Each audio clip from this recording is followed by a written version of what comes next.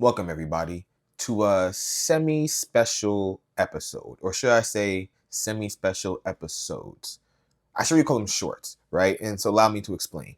October brings a lot of things, right? It signals the potential of the winter arc, right? For those of you who don't know what that is when you lock in for the next 3 months, so October, November, December, and just do whatever it is that you want to do, whether it is getting in the gym, starting that business, reading that book, whatever it is that you've been putting off. Now is the time to start doing it, right? That started October 1st.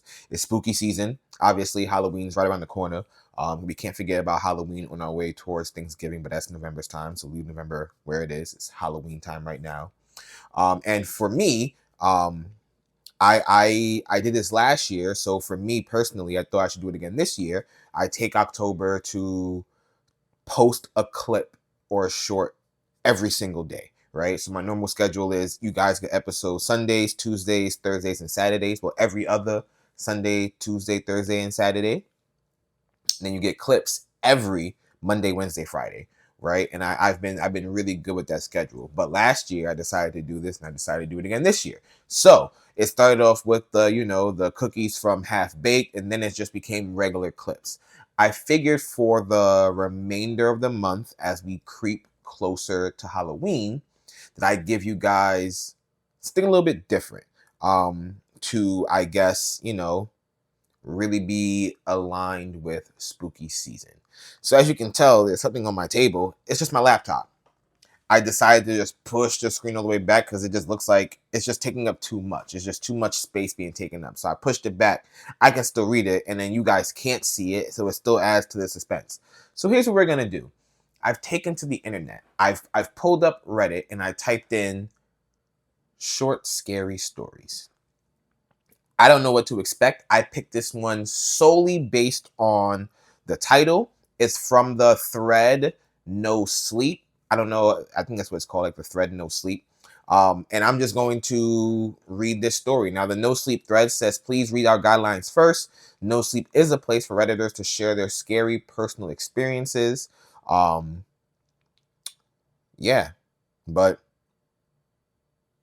here we go. Are you guys ready? Hold on. Give me 1 second.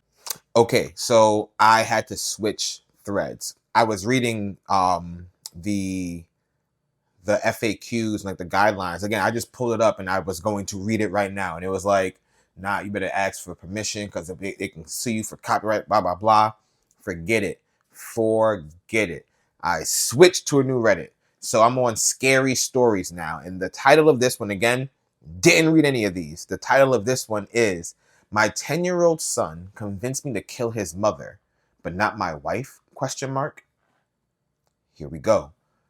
My 10-year-old son says that we have to kill his mother now, who is also my wife. I know I have to do what my 10-year-old son says, and now I must kill my wife, but he says that I will only be killing his mother and not my wife? I don't want to kill my wife, but my son says it is necessary and keeps saying that I'm not killing my wife and just his mother. I don't know what to think.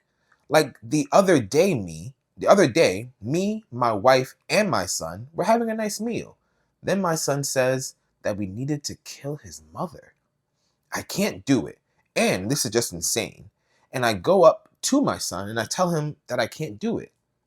You made your father kill your mother when you were 10 years old, and all that was left was the mother, my son says to me.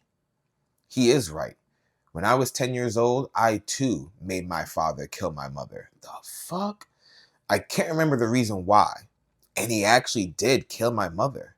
I can't remember the reason or how I managed to convince my dad that he needed to kill my mother, but not his wife.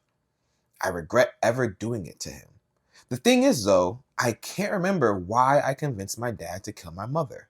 One day, he just did it, and that was that. Then my son told me that even my dad convinced my grandfather to kill his mother, and the same for his father before him. This is a curse among the family. I don't want to kill his mother, but my 10-year-old son said that it was tradition and that we must follow all tradition. When a tradition is passed down to one generation to another, the tradition becomes alive. So when my great-grandfather was 10 years old, he convinced his father to kill his mother, but not the wife. And this tradition became alive, and it possesses the 10-year-old sons to convince the father to kill the mother, but not the wife. My great-grandfather wasn't possessed, but he was just an evil genius, and that evil became alive and a curse among the men in our family. My son is getting more aggressive with me to kill his mother, but not my wife. I try to tell him that killing his mother will affect his life and my own life. All he seems to care about is tradition. It became too much for me and my son was too overbearing, and I did it. I hope my son grows up not having a son. That was the entirety of the story. That was not scary. That was just bizarre. Maybe I should proofread these. That just felt dumb. It wasn't really a scary story because nothing was explained. There was no horror. It was just intense because I wanted to understand why. That pissed me off. And I'm really sorry that that was our first impression. But I got like 17 more of these. So, peace.